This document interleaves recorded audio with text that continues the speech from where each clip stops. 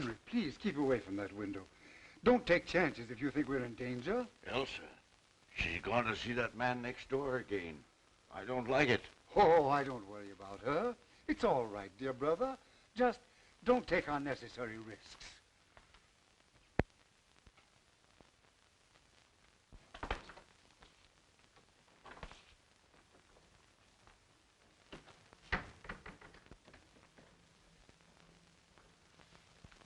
She's gone next door again. I know it. I saw her. Yes, sir. Thought you'd like to know, that's all. Good afternoon, Miss Murphy. How are you today? Fine, Miss Carson. Thank you for asking. Go right in. Hello, Mr. Bernard. Hello, Elsa. Sit down, please. I must have started something when I introduced you to Landis. Why? What do you mean? Did you come over just to have tea with an old man? Or is someone else coming? I don't know. Of course, if Jim drops in. Oh, him now, is it? Well, Landis is a fine chap, all right, but detectives shouldn't get married. Not until they retire. What do you mean? How about that lady who lives next door to us? Mrs. Tallman? Why, your aunt and I are just old friends. So I've noticed. Say, if you get any more crazy notions about me, you can meet Landis in your uncle's home instead of my garden. If you knew how I've hated my uncle's house, and now it's even worse. I've wanted to talk to you about this, Mr. Bernard. I don't feel that everything's right with my uncles. Financially? Oh, no, it isn't that. It's just little things I notice. Well, tell me some of the things, Elsa. Well, none of them seems anything by itself. Oh, I suppose it's natural enough for two elderly men not to venture out of the house after dark. Anyone might hate to sit in a lighted room unless the blinds were drawn, and anyone might be nervous of burglars or fly into a rage at the mere mention of peddlers. Well, how long have they seemed nervous? I noticed it about 2 weeks ago. Have you any idea what makes them so nervous? They're rather mysteries in the neighborhood, you know. I've wondered about Deegan. Who's Deegan? He was the last man we had. He shouted all sorts of threats when Uncle Henry discharged him. I don't think he'd do anything really dangerous, though. I like Deegan. Much better, in fact, than our present man, Foot.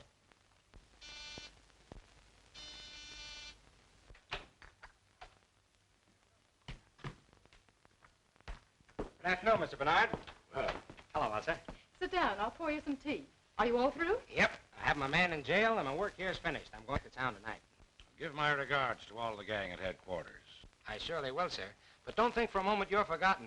The old-timers all hold you up as a shining example to me. They call me Sherlock Jr. Well, the old ways have certain merits. Don't disregard them entirely.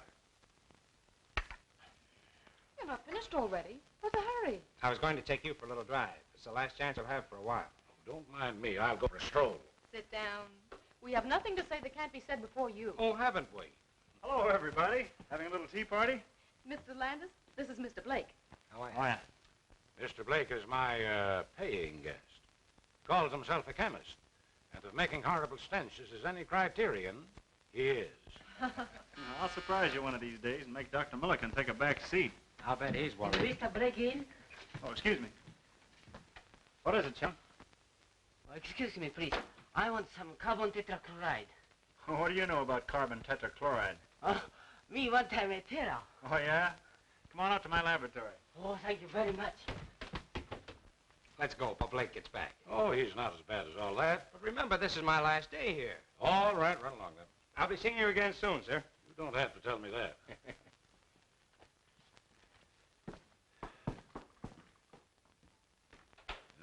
What a glorious thing youth is. Pity it's wasted on the young. I beg your pardon, sir? Oh, nothing. Aren't you going to let Mr. Blake have some tea? What's the matter, Blake? Oh, nothing. Has Miss Carson gone? That's your hated rival kidnapper. Who is he? Oh, a youngster who got on the detective force through political pull, then upset all predictions by making good. I should think she's better than that. She'll inherit all her uncle's money, won't she? Yes, and the old misers are quite wealthy, too. You said you'd see the way was clear for me, and you haven't kept your bargain. Keep a civil tongue in your head, you pup. You better talk to her, or... Or what? You'll find out. Any more of this double-crossing, and I'll wring that scrawny old neck of yours.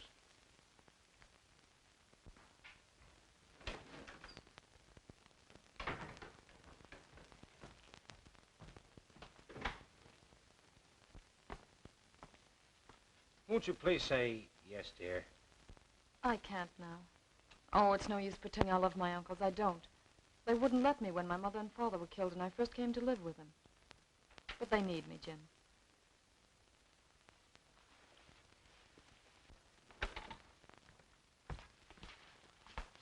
I saw you, you rake. Under my very nose. Now get into the house, you baggage. Hold on, sir. You must be crazy. I'll show you a load of buckshot how crazy I am. Get out of here. Wait, Elsa!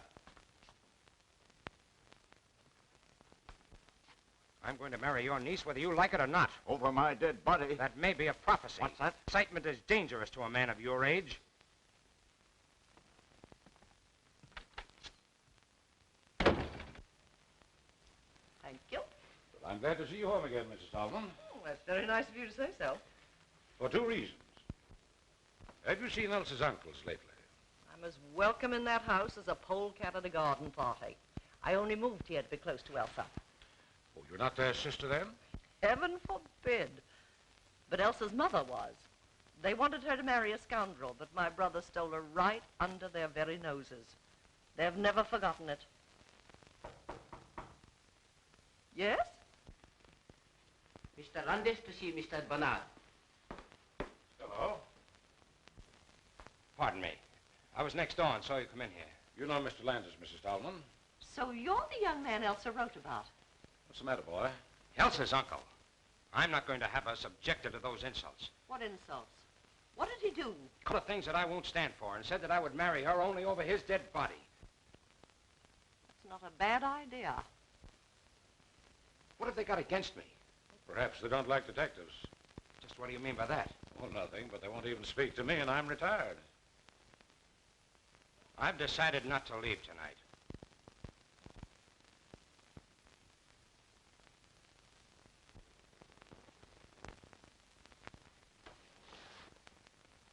Henry, there's a man sneaking about the garden.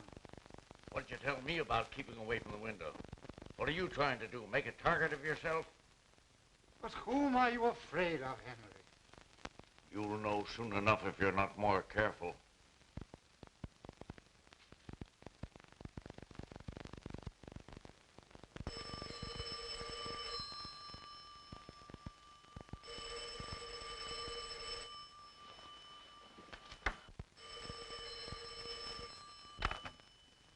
Hello?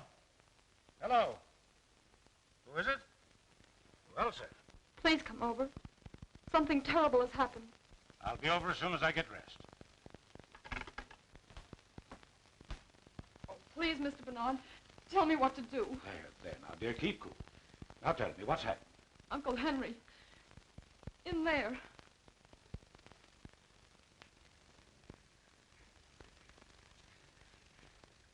Oh, no, no. I can't go in there again.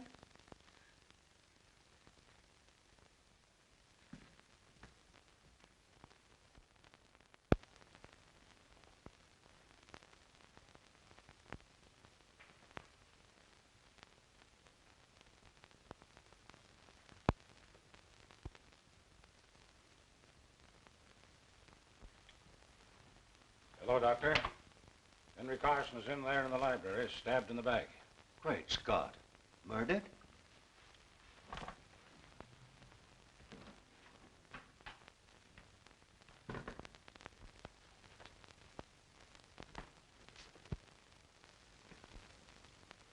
Good. Well, this is the one time I didn't expect to see you, as if you'd stepped out of a bandbox. Did you think I'd be wearing an old flannel nightshirt?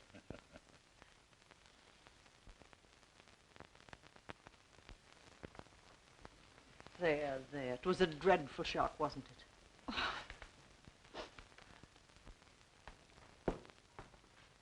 Come in and stay at the door, Jim. Well, I'm glad you're on this case, young fellow. Thanks. The body's in the library. There's Foote who first found it. Tell Mr. Landis all you know, will you, Foote? Unless you'd rather look in the library first. Anything you suggest. I suppose you'll take charge. Oh, no. I'm on the shelf, but I'll help you if you want me to. Thanks. What do you know about it? I woke about 2 o'clock, sir. It was very warm, so I got up and opened the window. I saw the light from the library shining on the lawn, so I came downstairs. I thought Mr. Henry was asleep. I shook him very gently, but he wasn't asleep. I called Miss Elsa. Elsa, were you awake when the butler rapped on your door? Yes. I mean, no. I don't think so. Did you hear anything unusual before he rapped? No, I didn't. I see. And now may I be permitted to suggest that Mrs. Tallman take Miss Carson up to her room? Well, you don't have to. I was going to do it anyway. On your way, young lady. Oh, Uncle Charles, don't come down, please. Why not? What's the matter? We hope to break it to you gently, Charles, but you'll have to know it sooner or later. What is it? Why don't you tell me? It's Uncle Henry. He's dead. Dead? Henry. I knew it. My poor brother. I'll go next.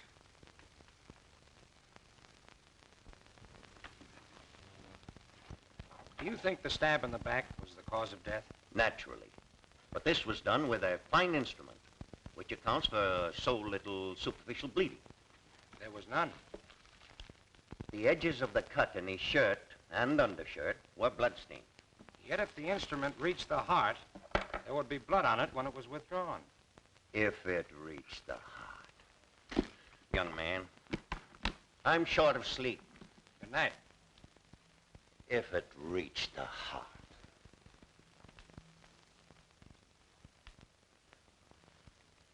Seems annoyed, doesn't he? Well, naturally. First you doubt the wound as the cause of death. Then you talk about it having reached the heart. That's right. So I think I'll be saying good night, too. Now, listen. I don't want to bother you if you're not interested, but I'd be mighty grateful for your advice and assistance. Will you help? Well, if you put it that way, I'll do what I can. Okay. Would you prefer to work independently, or shall we compare notes as we go along? Well, we'll make notes as we go along and then draw our own conclusions. Swell. Now, if you don't mind, I'll start with this room. All right, young fella, go ahead. I'll follow you.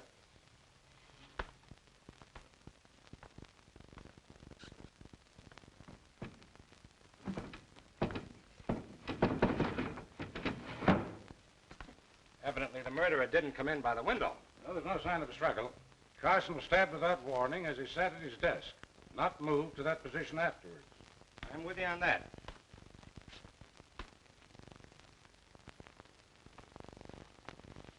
Hey, look here a minute. How do you suppose that blood got there? Did you expect to find it? No, just noticed it. What do you make of it? I don't make anything of it unless someone cut himself accidentally. Carson's wound never bled like that. Look, there's a little mark here, too, in line with these spots, where a sharp point scratched the shellac. That's interesting. Someone dropped a sharp instrument here that had blood on it, and the blood dripped a little. Mm-hmm. Well, for the present, that explanation ought to serve. But where's the weapon?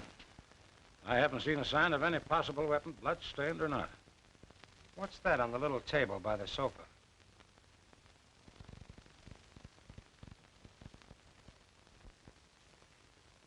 An empty scabbard. It doesn't look as though it would fit the weapon that inflicted the wound. Possibly not. And that's interesting, too. But where's the weapon that belongs to it? Might be worth finding out. Well, we'll look into that tomorrow. Meanwhile, is there anything more you want to do tonight? I don't want to keep you up, but I'd like to sleep on this with as much information as I can get. You know more about the household, and you were here first. All right, come over to my house, and I'll give you 15 minutes.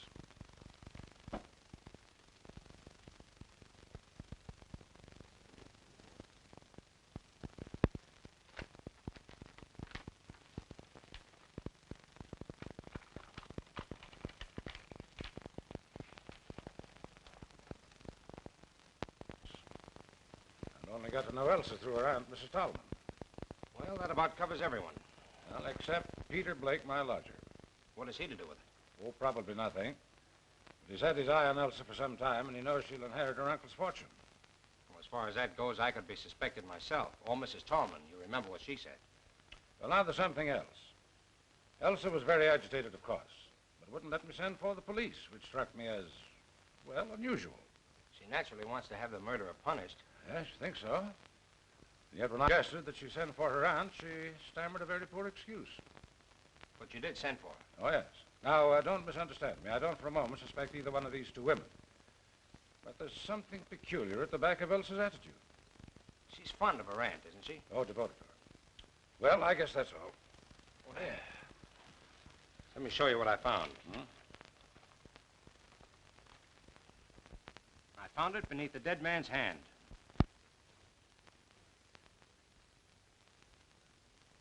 Interesting. What else?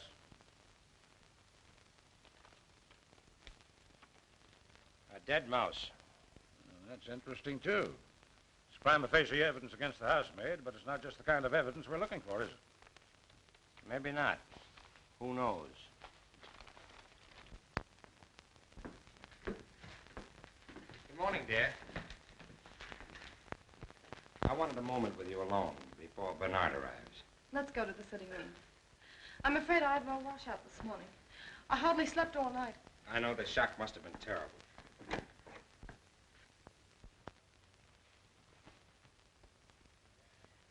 Jim, I'm terribly upset. There, don't worry. We found a number of clues. Mr. Bernard. Just wait outside. Well, good morning, dear. Any inspirations in the night? No, but I've arranged for the autopsy and had a look over the grounds. I was just going to ask about this man Deegan. Do you think he had anything to do with last night's tragedy? I don't think so. I don't know. Of course not. Elsa, were your uncles still engaged in business? I believe Uncle Henry wasn't away. They seldom went out, but Uncle Henry wrote a good many letters. It was he who handled the details, then? I suppose so. But you know nothing of the nature of their business. They never talked much of it. Some real estate investments, I think. You never overheard them mention an enemy? No, I never have. Would it be possible for us to see your Uncle Charles for a moment? Oh, no, you mustn't. Please, don't disturb him now.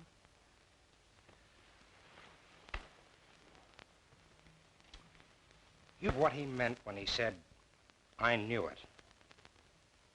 Only that he's been afraid of something for weeks. You know of any quarrels your uncles may have had with anyone? Anyone at all, recently? Oh, mind me. If I'm guilty, I'll condemn myself. Did anyone else call at the house yesterday or last night? Well, what was that? Did anyone else call yesterday or last night? I don't think so. Won't you let me go now? Before you go, may I ask you one more question? What is it? Well, I just want to know whether you saw anyone other than the regular household about the place last night before the tragedy. No, I did not.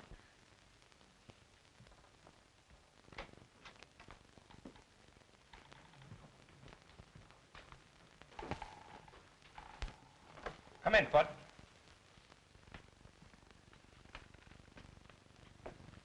Sit down.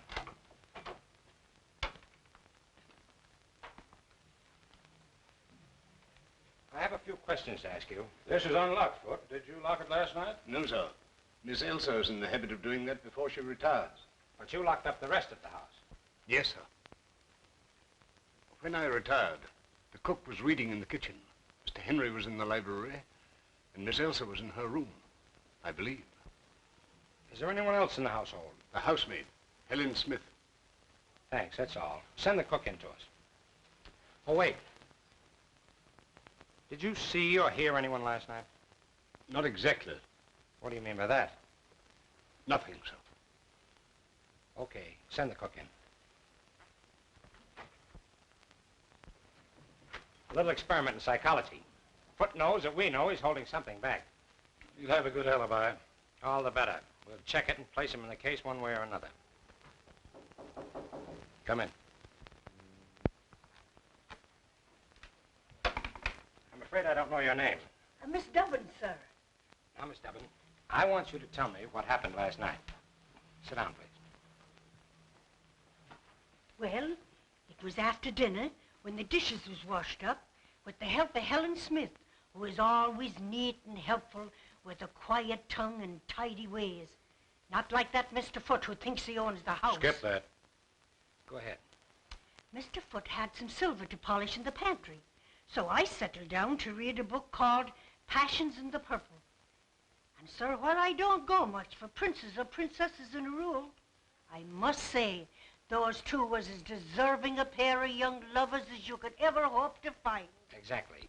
And after you read about them for a while, you went to bed. Yes, sir. But it was quite late. And then I had such a fright. What frightened you? It was nearly midnight when suddenly I looked up from the book page as if some power outside myself had drawn my eyes to the window. And there was a man's face, right up against the glass. I nearly fell off at the chair, because in the book the prince has been captured. Did you recognize the face? No, sir. I was much too scared. Did you warn Mr. Henry? Me warn Mr. Henry? With his terrible temper? No, sir. But I told Mr. Foote this morning. Quite right. We won't detain you any longer. You may go.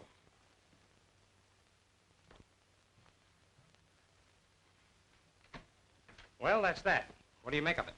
I think I'd like to have a few more words with our friend Foote.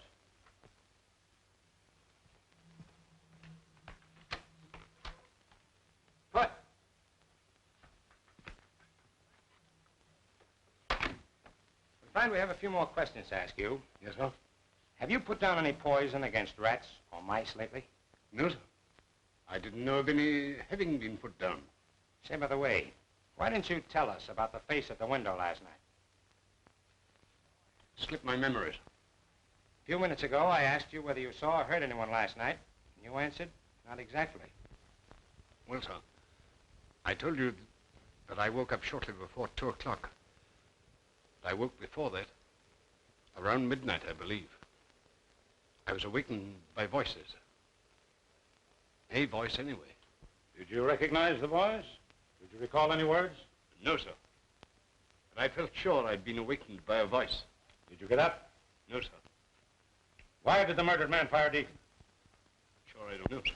What hold did you have on Henry Carson to make him fire a good man without cause, just to make a place for you?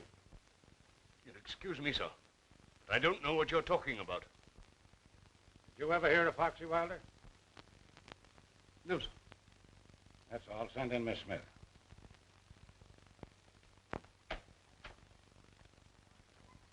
What was all that about? The shot in the dark that hit him.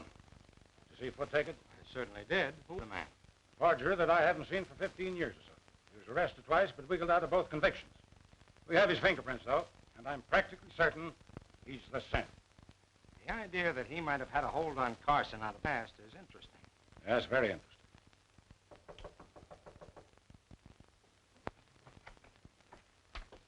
Take a seat, Miss Smith.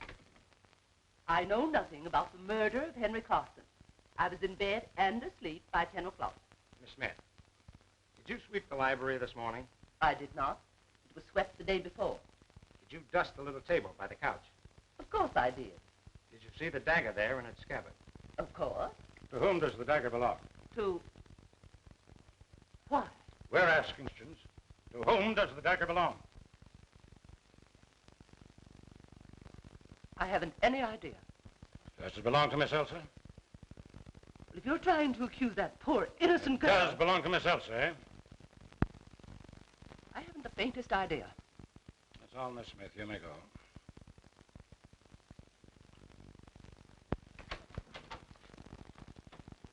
Well, you found out what you wanted to know. Now, look here. You don't imagine that Elsa... I imagine nothing. There's a lot of things I want to know.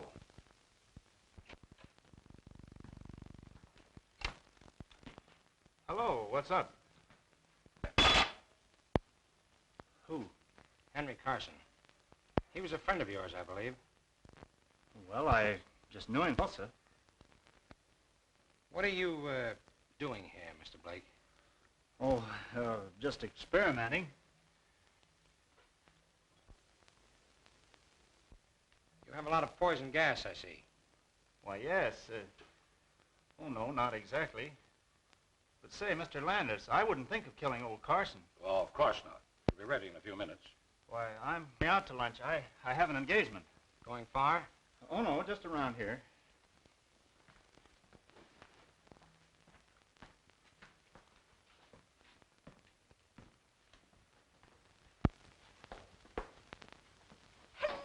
Well, you've just missed lunch. What's the bag for? Uncle Charles insisted I come to stay with you. Well, wonders never cease. Well, you're welcome, my dear. Take any room you like upstairs and make yourself at home. Are you acting as convoys? Well, no, we just met outside. Landis wanted to call on you, so I came to take care of him. Well, a lot of help you'd be. Step into the drawing room. Chong, take Miss Elsa's bag upstairs. We'll just see what they want. Sit down.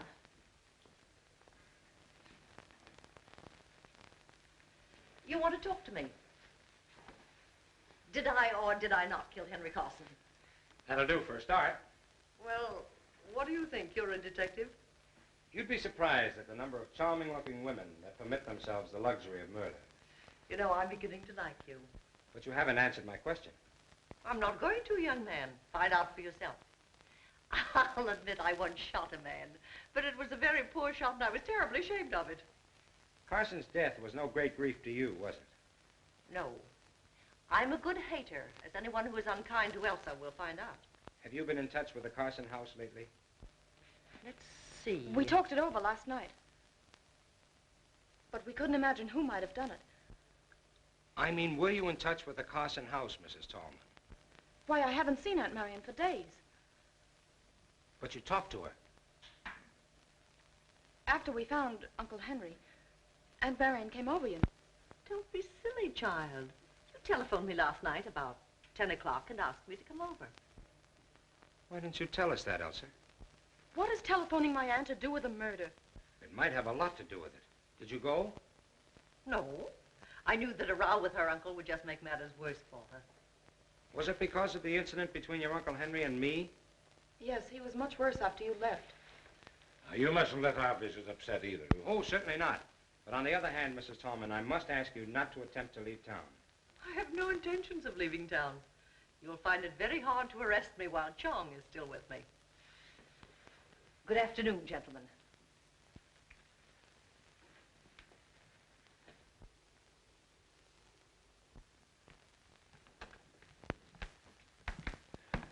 I'll inform Mr. Carson that you're here, sir. Say, Foot seems like cocky. Did you notice the change?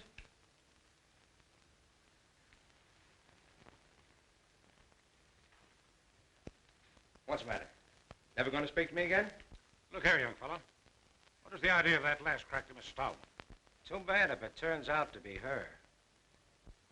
You go chase yourself.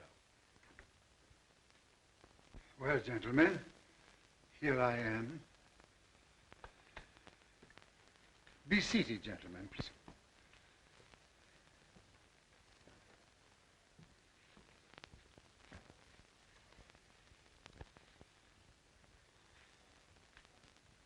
It's very kind of you to give us this info. We have no definite clue as yet, so we've been forced to come to you for help. I'm afraid there's little help that I can afford you. You see, my brother was a good man, but he had a violent temper, which made him many enemies. Cause for your nervousness of late. Figure sneaking about the grounds. Yeah. And at what time?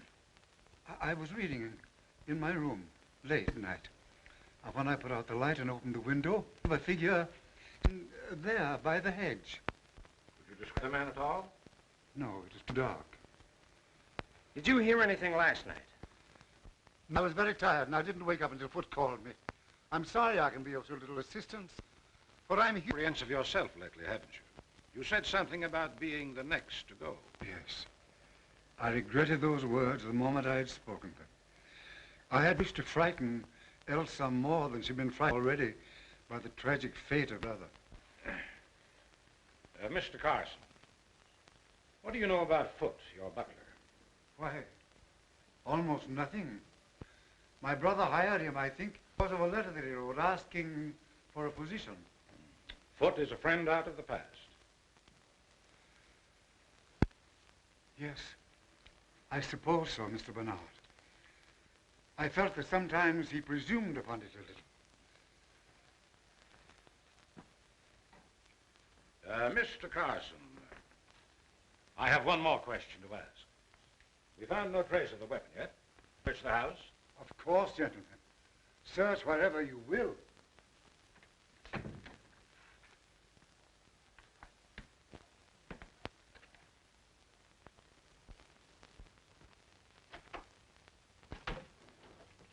No use looking in there. If it were hidden among her clothes, she'd have found it herself.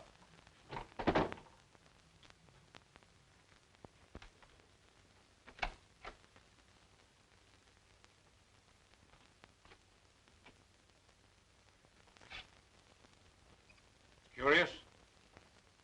Look at it. What about it? Why, look at it. Elsa never wore a dress like that in her life. Well, maybe it belonged to her mother. Take a good look, will you, Landis? This dress has been worn recently. And look, the bottom of the skirt is muddy. The mud isn't quite dry, see? See, you're right. There's another odd thing. Look at that cut. Singed. Quite recent, too. Elsa must have been doing some cooking. Yes, and put her whole arm in the stove. Look at the length of that skirt. And another thing is too big for her. Looks more like a dress Mrs. Tallman might wear. I believe it'd fit her. I'm going to have a look at that stove. Meet you downstairs.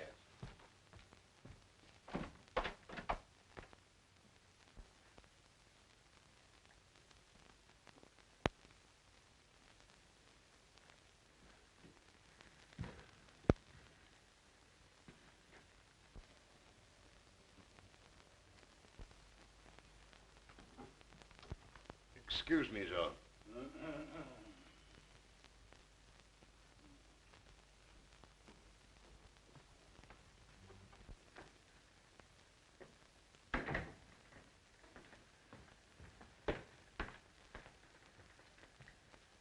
I thought Foot was here.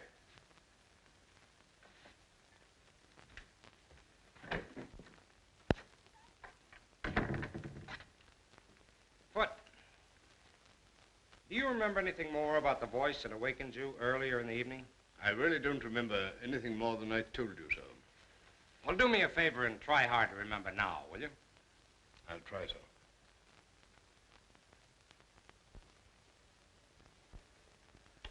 It's no good, sir. I really can't remember, and I don't want to lie about it. All right, keep on trying. I'll do that with pleasure, sir.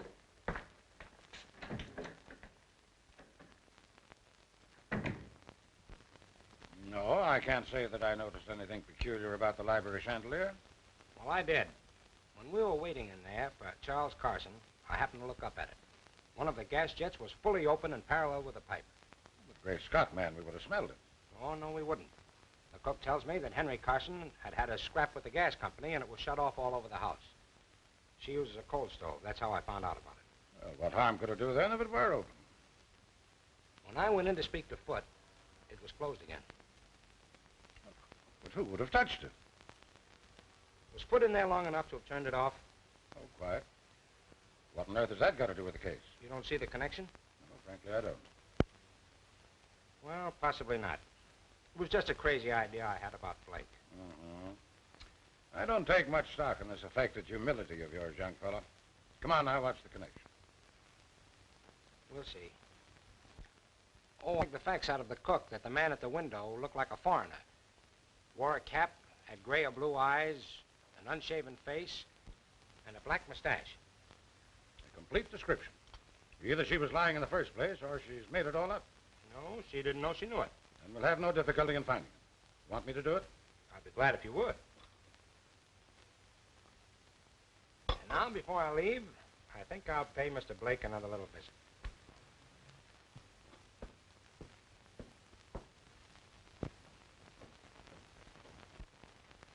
Look here, what do you want to know all this for? You prefer not to answer? No, I don't mind. I was only joking. The fact is, I'm working on a new infallible gas disinfectant in rooms where people have had contagious diseases. You have a number of gas containers here. What are they?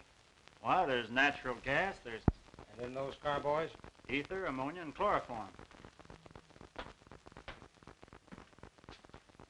Is this the company that supplies you, Bard Chemical Company? Yes?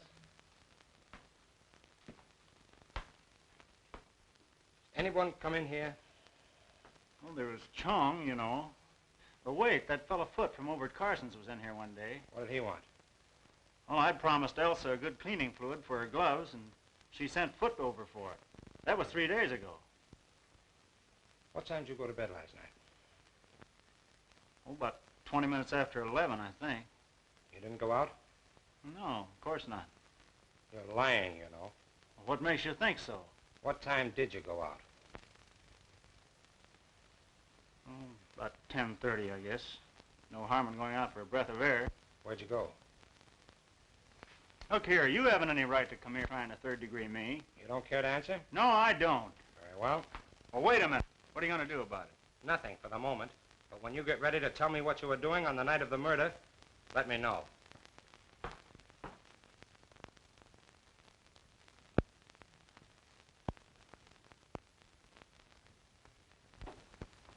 Good morning, good morning. You're an early bird. Or haven't you been to bed? You realize this is the third day now and we're just about where we started? Oh, I wouldn't say that. Well, I'm anxious to hear what you found out yesterday. Good. Sit down, then. Over the way, I checked on Deegan. The people who employ him were giving a party that night, and he was on duty until 4 in the morning. So that eliminates him. Well, I had better luck. I expect to produce the face at the window today. How? Through Briggs, the man Henry Carson was writing to. He's their real estate agent, and none too honest, I fear. I found out through Briggs that the Carsons own a number of tenements that he bought for them under an assumed name. He also admitted that there have been a number of fires in those buildings lately. Obviously, sapphire bug. Were the buildings heavily insured? Yes, but that doesn't seem to be the angle. In fact, Henry Carson told Briggs to take steps to stop the fires. Briggs engaged a private detective, but the fires didn't stop. There was an attempt at firing one of the buildings on the very night Carson was murdered. What time? A little before midnight. Well, then the same man couldn't have killed Henry Carson. Well, he'd have had time, only it wasn't a man. A woman? The private detective described her as being tall, dress of some dark material, small hat and a veil. She moved with a free, swinging stride, like a woman who'd been used to an outdoor life. But that's extraordinary. The description fits Mrs. Tallman.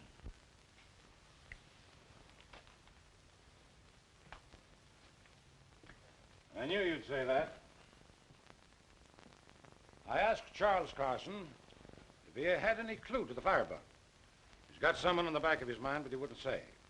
Though he hinted that the firebug and the murderer might be the same person. You think Mrs. Tallman couldn't have done it? That dress in Elsa's room. Well? If she had just escaped arrest and thought somebody was following her, and instead of making for her own home, she made for the Carsons. Henry Carson admitted her and swore at her for disturbing him. His voice, or hers, woke foot. In the heat of the moment, she picked up the dagger, stabbed Carson, then hurried to the hall. Now let's say that by that time, Elsa had come out into the upper hall, and so Mrs. Tallman pulled herself together, went upstairs to the girl, and borrowed another dress to go home in, leaving hers with the cinched cuff. So you figured that you put two and two together, eh? His attitude? Yes, but it wouldn't explain the face at the kitchen window, which is an exact description of one of Carson's endowed tenants. The man who lost his wife and child in one of the fires. Let's go see Foot. Good morning, Doctor. Yes, and I was here very late last night. Carson's in pretty bad shape. Now, what's the matter with those servants? I've rung 3 times. Oh, good morning. Takes you a long time to answer that bell. It isn't my job to open the door. It's Foot's. Will you send Foot to us, please, Miss Smith? Yes, sir. You could wait in the library.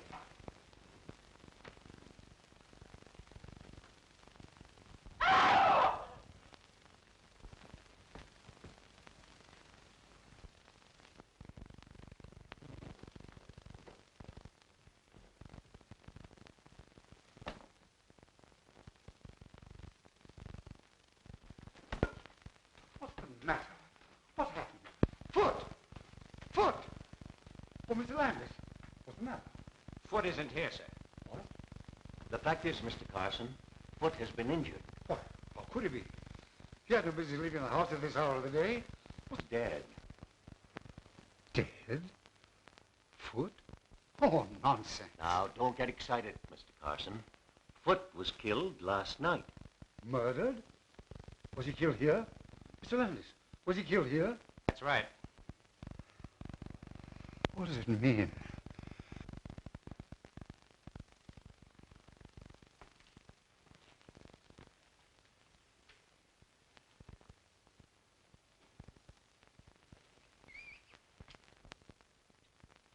Here, Landis. What do you make of this? Looks as if some very muddy article was dragged across the sill. You see that out there? Yes. Flower bed is covered with footprints that have been carefully trodden out.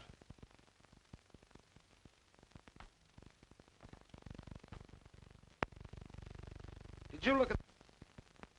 Oh, traces of... Your eyes are better than mine, young fellow. He must have dropped his dagger in the mud. Or buried it after the first murder and dug it up again for this one. Another murder, all right. Exactly.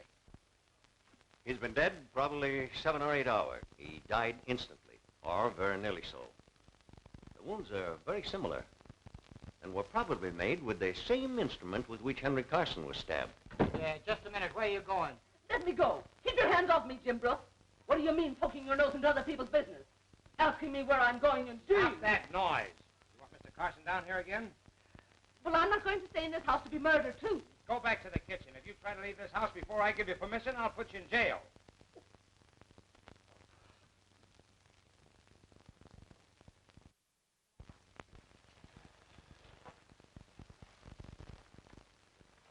Helen Smith is gone, and there's only the cook, so I had to come back. Yes, dear, we let her go home. I've questioned both those, and I can't throw any light on the case. Now, I want you to trust me, Elsa. I do trust you, Mr. Bernard. Then I want you to tell me how you knew that your aunt came here at a late hour the night your uncle died. I can't. You'll tell Jim, and he already suspects Aunt Marion. She told me so. Now, my dear, you've asked me to help you, but you won't help me. I want to prove a record is clear, but I can't do it unless I know everything. I suppose I ought to trust you. I know you wouldn't say that just to find out. No, I wouldn't. All right. I got up to get a drink of water, and I heard the library door close and looked downstairs. What time is that? A little after 1 in the morning. What did you see? It seemed so treacherous. I saw my aunt. Was there a light down? Just a dim nightlight. But I called out, Aunt Marion. Yes, what did you say? She didn't say anything. She put her fingers to her lips. Then she waved me a kiss and hurried out the front door. What sort of clothes was she wearing? Something dark. A dark brown or green dress and a small hat. Could you see her face? Not clearly. There was very little light, and her face was in shadow. Well, could it have been the figure of the housemaid? I suppose it might. Oh, no, it couldn't. Aunt Marion waved a kiss to me. Helen would never do that. Could it have been the cook? No. Oh, Mr. Bernard, do you suppose it wasn't my aunt after all? Well, she didn't speak. And one might have the presence of mind when you called out Aunt Marion to play the part of your aunt. I hope you're right. I couldn't believe Aunt Marion would do anything so horrible. Oh, neither could I. But in the meantime, don't say anything about it to anyone, especially Mrs. Tallman. And don't worry. You are a comfort and a darling. I want you to promise me that you won't arrest Mrs. Tallman for 2 or 3 days. I'll call it a hunch if you like. All right, sir. I'll take a chance on your judgment. What are we doing here? I'm going to have another look at that dress.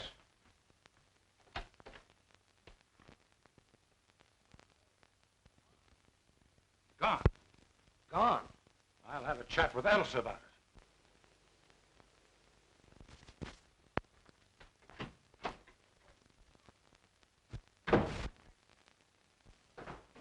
There's your man, sir. Is this the man you saw at the window? It's the very man, sir. We have a few questions to ask you. Come in here.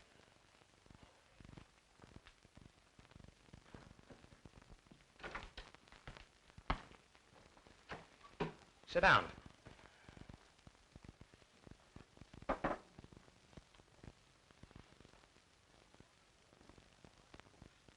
Honest gentlemen, I don't know nothing about it. Don't worry about that now. Sit down. We haven't accused you of anything yet, you know. Now, you tell us your story in your own way. Well, it was like this. A month ago, I was a contented man with a wife and a baby. He was as pretty a kid as... Well, I'd been working one night, and I was getting home late. I saw a lot of people running towards my street, so So I ran too.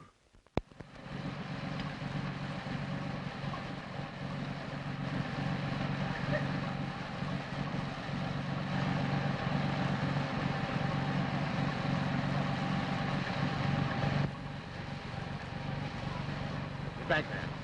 But my wife and kid, they're in fire. Everybody's out. My wife and kid, are they safe? There was a woman and kid, but they took them to the hospital.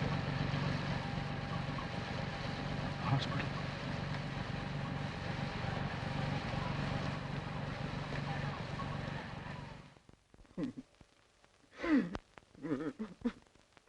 Excuse me, gentlemen. I ain't been the same since that night. Well, I rushed over to the hospital, and there was Alice and little Bill lying in a bed together with a sheet pulled over their faces. So you set out to find the owner of the building? That's it, sir.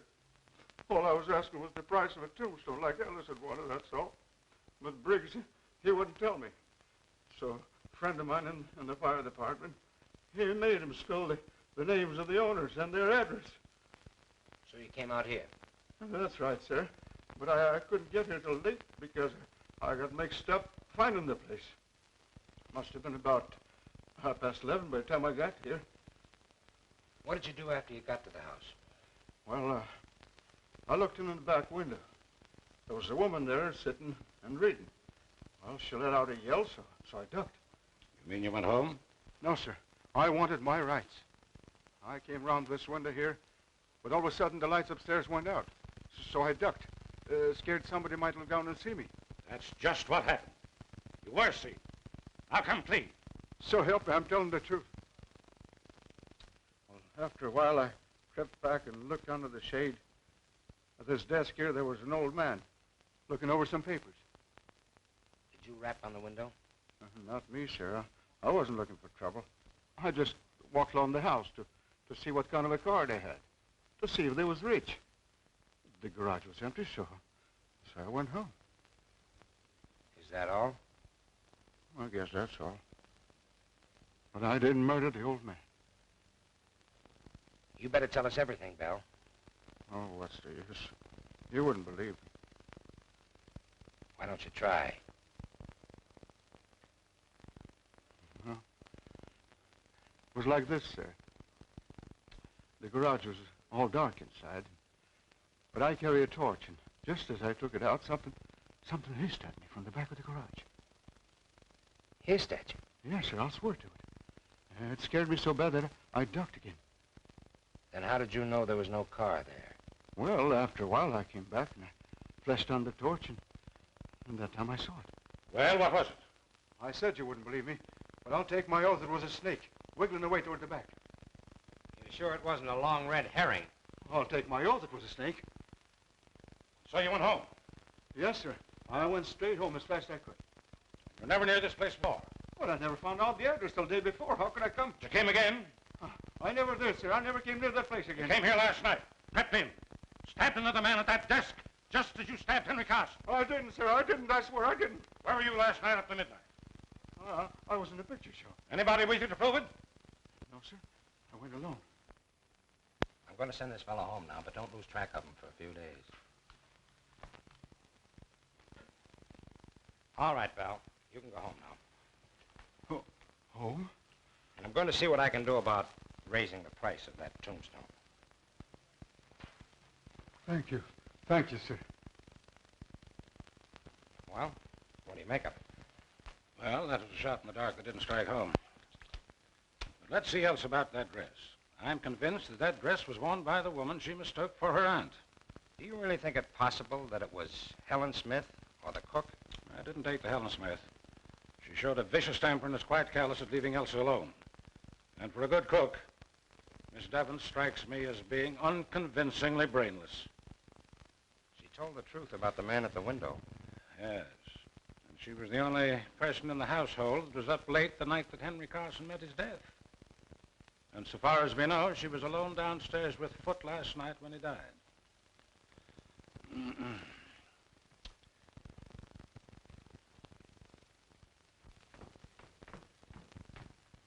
where are you going with this? To the kitchen, sir. And the incinerator, I suppose. No, sir. Miss Elsie thought I might be able to wear it. Elsa!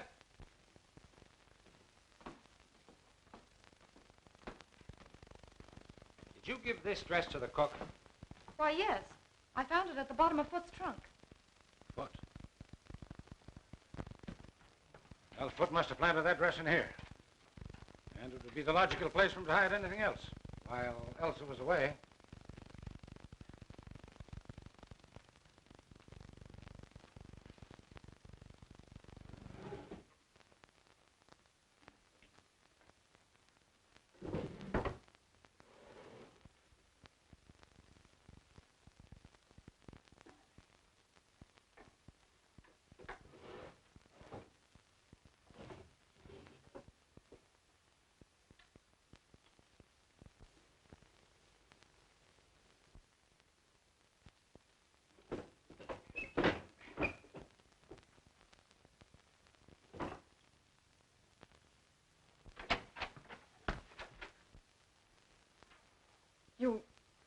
You found it. Yes, Elsa, where you hid it. Oh, I know I shouldn't have done it, but it lay there. Where? It lay on the floor of the library. Foot hadn't seen it, so I sent him for water. Then I ran upstairs and threw it in my wardrobe. That's why you called Mr. Bernard from upstairs, but why did you hide the dagger, Elsa? Oh, don't you understand? I thought I had seen Aunt Marion leaving the library. When I saw that dagger covered with blood... Then you washed it and later hid it in the drawer. You did a very foolish and dangerous thing. Oh, it wasn't as bad as all that, dear. There are other clues, you know. I'm sorry. But I'm not frightened anymore. The gentleman from the chemical company wants to see you, Mr. Landis. Oh, thank you. Will you come too? Excuse us, dear.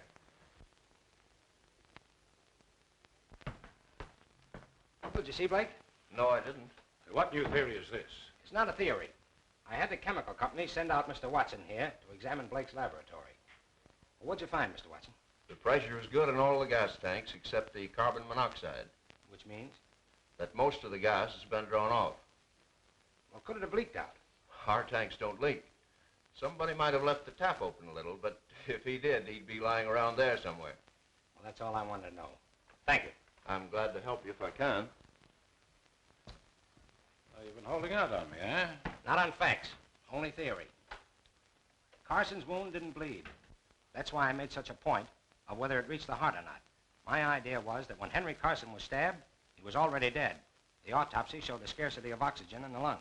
In that case, the wound wouldn't bleed at all. It didn't. But let's take the evidence in order. First, there's the mouse. The little beggars never die out in the open unless they've been poisoned, but nobody had put down any poison. Well, where's the connection? Suppose that Henry Carson had been sitting quietly at his desk, and Mr. Mouse ventured into the middle of the room. Then let's suppose that death suddenly gathered both man and mouse at the same instant. Carbon monoxide.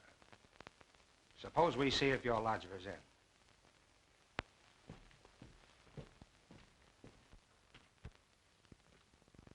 Well, it looks like he skipped. I'll broadcast his description. We'll soon pick him up. Say, Landis, how do you figure the gas got in the library? From the gas jet in the chandelier. Blake tapped the pipe and let in the carbon monoxide from the tank. Sounds interesting, but I'm inclined to think it's all moonshine and coincidence. Now, how would that hook up with the stabbing of Henry Carson and the stabbing of Foot and the dagger and the disappearing dress and the woman in the hallway? Were they all in the plot together? We're not even sure that Foot and Carson were stabbed with the same dagger. We're sure they weren't. Elsa hid it long before Foot was murdered. Oh, quite so. But that doesn't prove that both men were not stabbed with one and the same dagger. For the love of Mike, man, you don't suspect Elsa. I don't think Henry Carson was stabbed with the dagger at all. It was planted there. On the evidence of Elsa, the dagger was covered with blood, dripped on the floor. And yet the wound did not bleed. Whatever blood was on the weapon came off on the clothes when it was withdrawn. That's right. Well, then we can eliminate at once both Arthur Bell and Peter Blake. For neither of them had the intelligence to conceive such well-planned crimes. Well, I'm not eliminating Blake, and I'm not eliminating Mrs. Tallman. All right. But there's an experiment I'd like to try. What is your experiment? Well, it's quite simple. All I ask is that you place yourself at my disposal tonight and possibly tomorrow night. Okay. you still have a man watching Mrs. Tallman, I want you to call him off and let me convey to Mrs. Tallman in a roundabout way that you've done so. You agree? I do.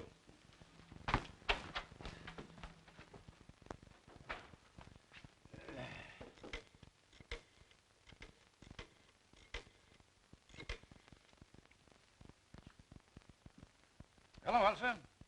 Well, I think I have some good news. Landis has agreed to remove the man who's watching Mrs. Tallman. And he doesn't suspect her anymore? Oh, may I tell her so? Oh, I don't see why I shouldn't tell her.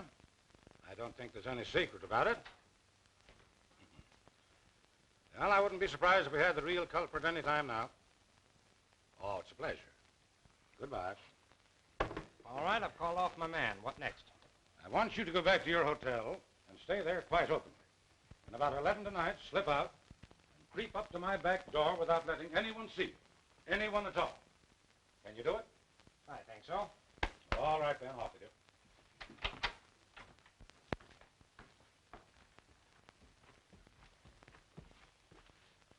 I'm going to undress. You wait here until I come out again.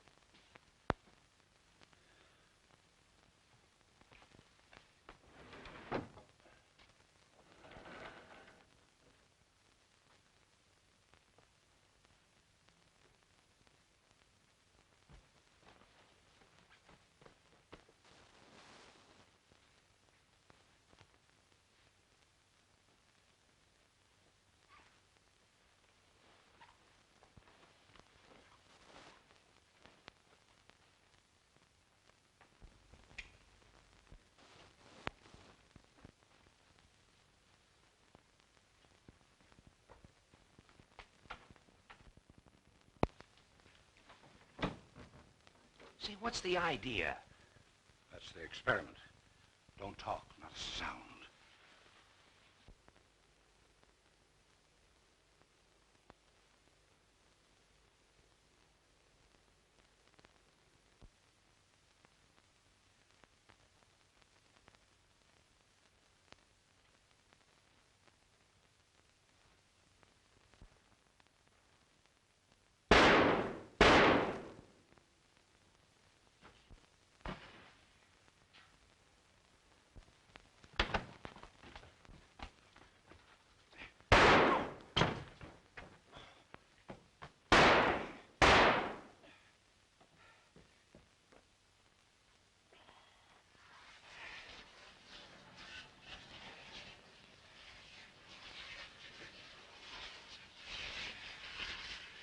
That's safe. Come on.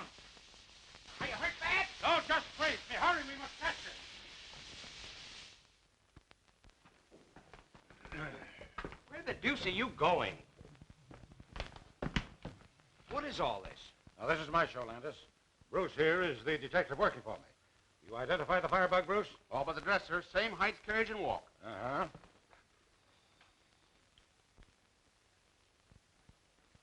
Mr. Landis, I know that I've done wrong. Would you tell me, please, if I'm to be incarcerated tonight or permitted to sleep here? What do you think we're going to charge you with? Well, dressing as a woman, I know it's illegal, but I wanted to find the murderer of my brother. We're saving you the trouble. We're charging you with the murder of your brother and the murder afoot, setting fire to your tenements, and the consequent death of Martha Bell's wife and child. Ridiculous.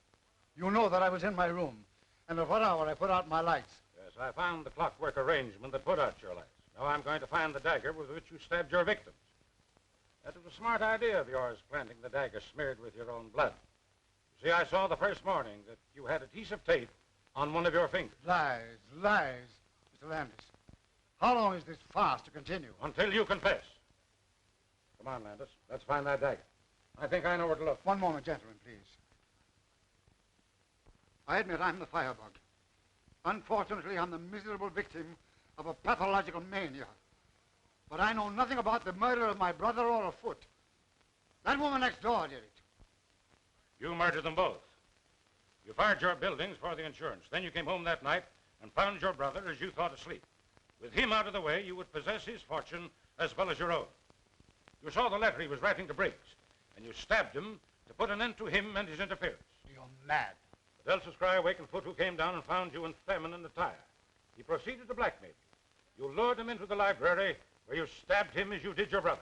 Pray, tell me, where is the weapon with which you imagine I killed my poor brother and Foot? It isn't in the house, so it must be somewhere in your course between the front door and the side door where you re-entered the house. Come on, Landis. We'll look the ground over again. Right. Oh, you've got your flashlight? Yes, well, we'll take Carson along.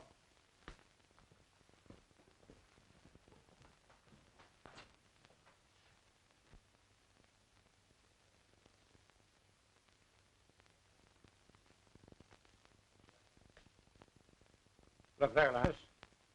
Doesn't it seem strange that such a tall plant should be tied to such a short stake? That stake? That wouldn't help it any. Bruce, pull it up and let's have a look at it.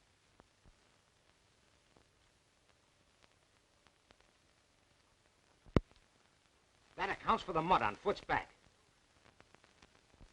You win, Bernard.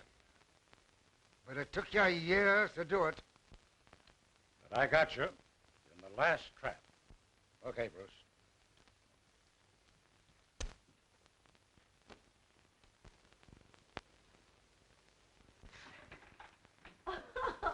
Cleared at last, and you're foiled again, Jack Dalton. I'm sorry, Mr. Tallman. Oh, forget it. I suppose you want to talk to the mastermind. Yes, but I wondered... Oh, I know what you're wondering. I'll just see if she's presentable. She's had quite a shock, you know. Yes, she must have had. You'll find Sherlock in there. Thank you. Good morning. Oh, good morning. Oh, don't get up. See, now that it's all over, do you mind telling me how you happen to suspect Carson? Not at all. You took it for granted that Carson wouldn't murder his own brother, and you never looked his way. I didn't and did. That's all. Well, that's not all by a long shot. But I believe congratulations are in order. Oh. But don't forget, you must congratulate me, too. For what?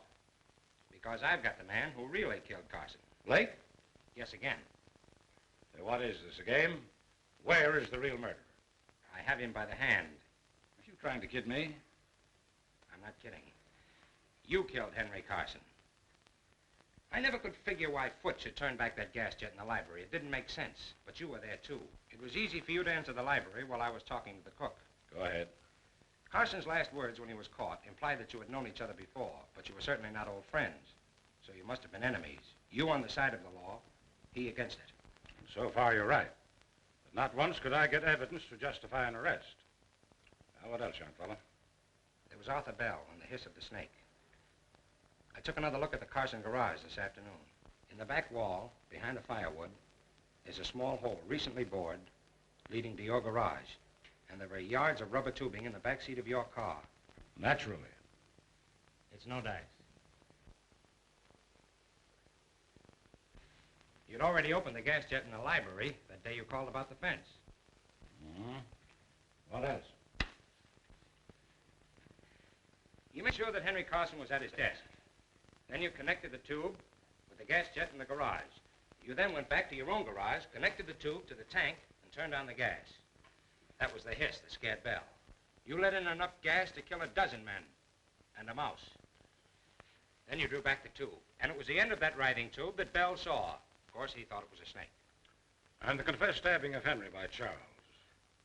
Henry Carson was as dead as that mouse when his brother stabbed him. An interesting bit of reasoning. How long have you believed it? I suspected it days ago. You were so down on my theory of gas and so unwilling to involve Blake. Landis, you've done some fine reasoning. I never thought you'd figure it out. But you don't know the harm those two men have done. I came here to live with no idea but to trap them. You see, we never actually met, but they knew me as well as I knew them. Hello. Are you two still congratulating each other? We're pretty good. Well, there's someone outside who thinks so, too. Oh, you'll pardon me if I carry this investigation a little further. Won't you sit down, Mrs. Tallman? Certainly. Well, I suppose you're very busy now with Sean gone and Elsa on your hands, but if you have a minute, I've got something to tell you and something to ask you. An hour, if you like. Well, I thought you'd like to know that Landis has traced the murder of Henry Carson for me. What? But you didn't do it. Oh, of course not, but I've practically confessed it, and Landis has let the matter drop. Well, I'll be... That's all right, it's all right. What else could I do? You see, I found some rubber tubing that belonged to you hidden behind the firewood in the garage. I pawed it over to hide your fingerprints and leave my own, then I hid in the back of my car. But will you tell me, please, in confidence, how you got that tank of carbon monoxide to asphyxiate Henry Carson that night? That's the only thing I don't understand, the only thing that doesn't fit. Do you mean to say that you confessed to such a crime to shield me? What else could I do? But I didn't do it. What? Then who the heck did? Well, you're just in time, children. For what? You accused Mr. Bernard of killing Carson. Now I'm going to tell you who really came. 2 weeks ago, I was fool enough to remark in Chong's hearing that if somebody would only murder Henry Carson, I'd be the happiest woman in the world. The morning after Henry was killed, I remembered. And knowing Chong's devotion to me, I accused him of it. He blandly admitted that he pried open a window, sneaked into your house, stole the gas from Blake's laboratory, and asphyxiated the old scoundrel. Well, I'll be... But he'll have to be arrested. Why, certainly. Where is he? On his way to China. Nevertheless, we'll get him. You were wondering where we'd spend our honeymoon. Well, it looks like China to me. You're a man, Thorben. Oh, fool. Well, have it your own way. But I'll tell you what I'll do. I'll marry you. Who asked you? Hold your tongue. I'm not asking you, I'm telling you.